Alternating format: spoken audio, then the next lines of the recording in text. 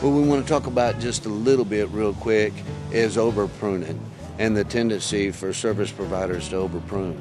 If you look up in the tops of these trees, we've left the biggest part of the sucker sprout growth as a secondary canopy to protect the trunks of the trees from the elements.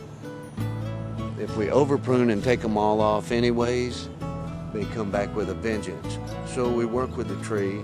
The first job of the crown is to shade the root system from the intense heat and cold that we experience in the hill country. So whenever possible, I suggest not over pruning.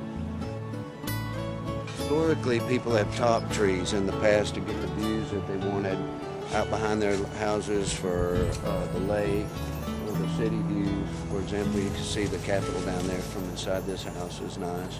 You can see all the way up Town Lake.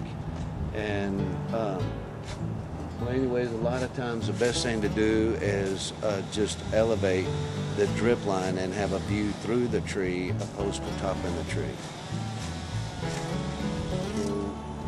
In the past, a lot of people would have cut this tree, bobbed it off below his feet there, and the sprouts that came back would have come back with a vengeance and actually grown back into the view.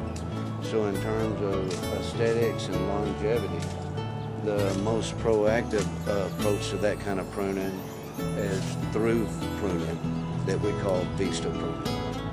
So, don't it look pretty?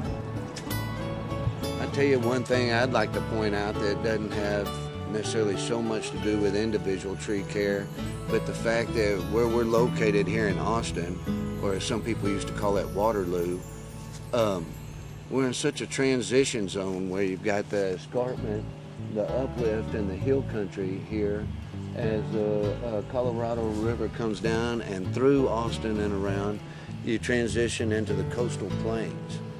And that creates a lot of diversity. Native species